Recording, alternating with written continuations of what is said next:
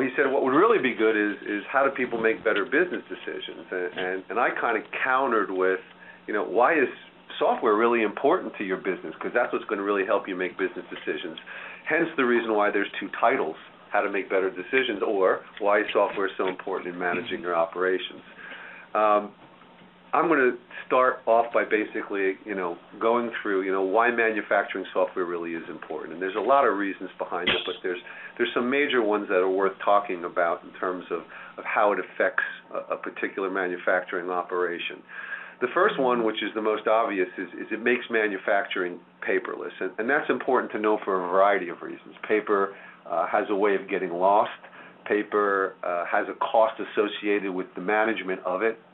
Lots of times, the people that are on the shop floor that are recording information may not be fluent in English, or may actually not have an education where that they can communicate effectively. Also, people have sloppy handwriting. So, a lot of errors occur from having things on paper. If you've ever been in a manufacturing facility, sometimes paper falls on the floor or it gets grease on it because of the people who are working. So making manufacturing paperless is one of the important reasons why someone should have manufacturing software, because it allows you to organize all of that detail in a single location at your fingertips, and it's an electronic record.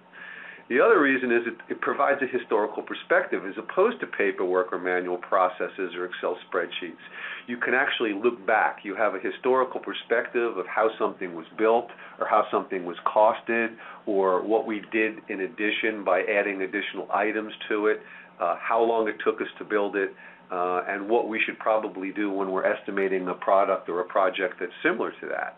So the historical perspective is a real crucial element in having manufacturing software, because the system of record becomes that electronic medium, and it makes it very easy to kind of go back through an audit trail to see how something was built, or how we evolved with a costing model, or whatever it ends up being. The third one is something that I run into quite a bit, which is the creation of integrated processes. A lot of people move towards manufacturing software, or move away from what they're currently doing to an integrated solution, because they don't want to have to enter data more than one time. And a perfect example of that would be someone who is a make-to-order manufacturer who makes, let's say, for lack of, for an example, an automobile. And what that allows them to do is to integrate the entire process from the beginning to the end. And what I mean by that is, in a lot of situations, it starts with a drawing. And the drawing happens in the CAD side. And from that drawing, once it's finalized and approved, and there's iterations of it, typically a bill of material will get created. Once that bill of material gets created, then gets added to a shop floor order, with routing steps associated with it, and at that point you can begin to build against it and process transactions.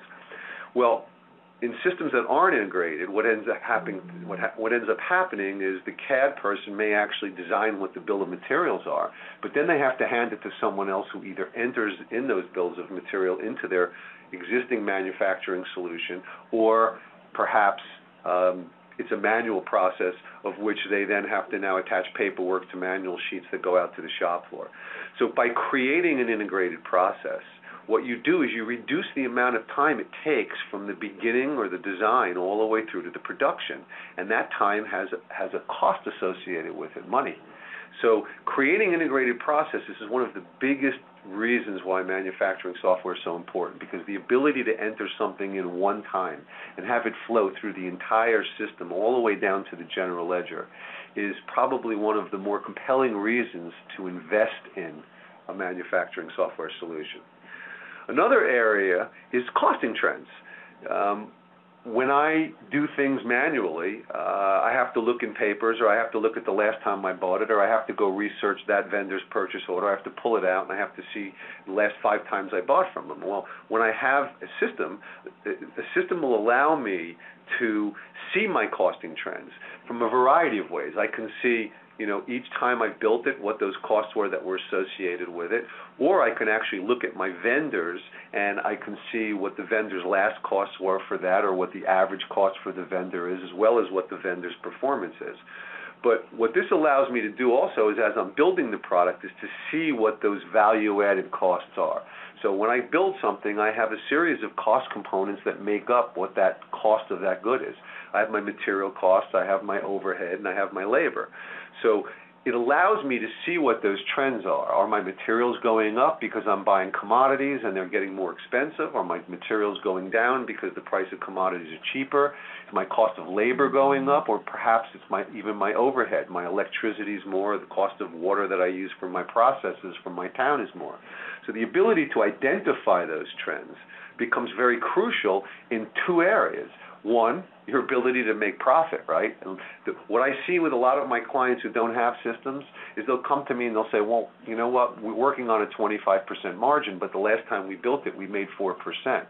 It's a lot better to know during the time that you're building a product that you've got cost variances than when the product's completed and you realize you haven't made enough money on it.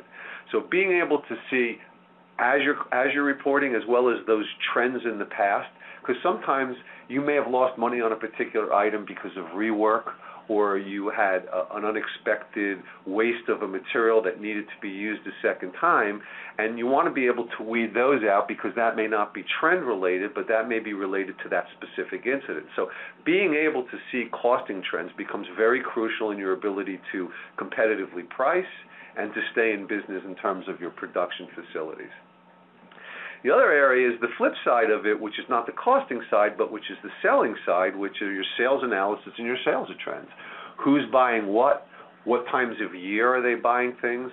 Are there trends that I could notice? Like, for example, if I sell a product that sits outside and I'm selling a lot of spare parts in January and February, that will let me know that I typically have to have more spare parts because of the seasonality of my business. When things get cold, parts tend to break. So being able to see trends in sales or what products are starting to sell more of or even less of becomes important, because one, it allows you to be agile and nimble in terms of your own business. If you build product A and you build product B, and now you start to see that product B is selling more than product A, you may decide to increase the amount of on-stock inventory that you're going to keep for that product in anticipation of those trends continuing to move in an upward direction.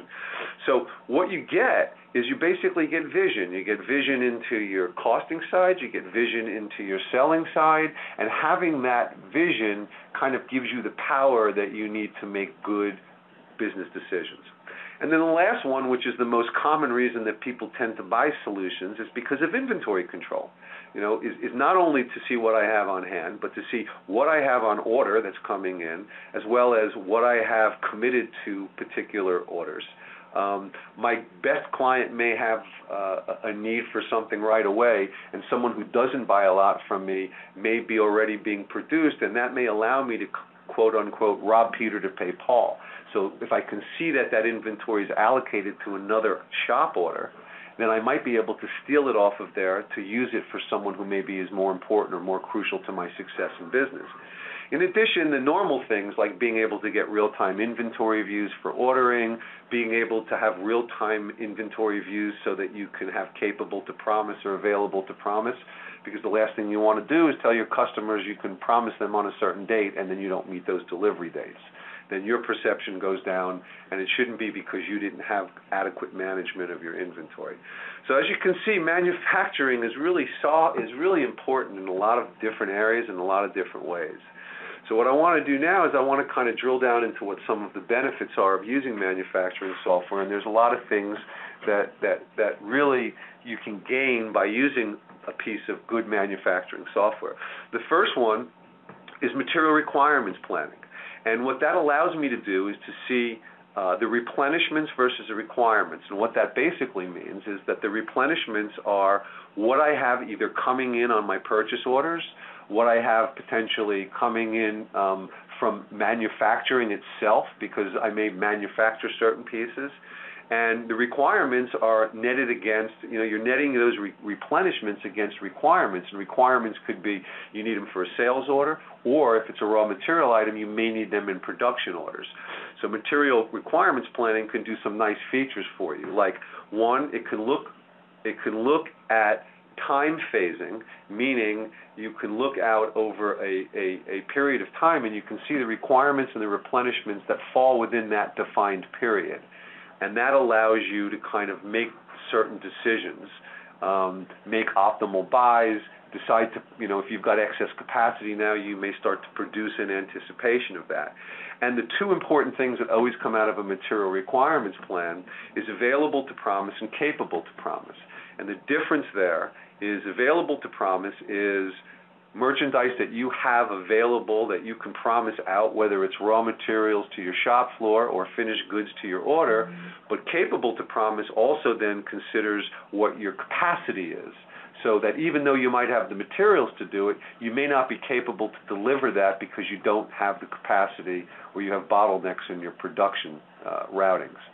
So material requirements is really what I call, the pot of gold. If the merchandise is put into the system correctly, if the information is put into the system correctly, what you tend to find is that MRP becomes the downstream benefit of making sure that your information is correct. Because what it does is it goes out and it gathers lots of different things. It looks at your vendors' purchase orders. It looks at your vendors' lead times. It looks at your shop production lead times. And then it nets all of that against the dates that the customer either requires it or must have it or would like to have it. And that allows you to be much more proactive as well in the management of your relationships. And the reality is you have shortages. Well, it's good to call your customer 2 months before he's expecting it and let him know that you've got shortages than to call him on the day that he's expecting it to be delivered and say, I can't make the delivery date. I would much rather work with my customers in a proactive manner than be reactive on that last date, and your customers will appreciate that as well. The other thing that manufacturing gives you, we talked about the capable to promise, which is really goes down to more of the scheduling. You may or may not know there's 3 types of scheduling. There's finite, infinite, and rough cut or bottleneck. Infinite capacity means just that. It's assuming that your scheduling is based upon, if you need to, you have infinite capacity in each of your work centers or in each of your departments. Sometimes people will use infinite scheduling to kind of use it for modeling purposes. Other times they'll use that as a way to say, hey, we need to add more shifts to our process and stuff. But typically you have finite scheduling, which is really kind of dictating that you have capacity constraints in each of your work centers. And what that does is that'll let you know that you potentially have one area. Let's say you only have one plasma cutting table, but you've got 5 people who can do welding. Well, welding's probably not going to be that particular bottleneck area. It's going to be your plasma table. So what some people will do is they'll schedule their systems around that particular bottleneck. So if it's the plasma table, they'll strictly look at the plasma table and then they'll begin to smooth jobs. They'll start some backward scheduling. They'll start some forward scheduling. They'll start some that are manually scheduled. And what that does is that smooths down that overuse of that particular center. So I may start certain jobs earlier in other areas. I may start certain jobs later so that I don't have that bottleneck when all of a sudden they all get to the plasma table.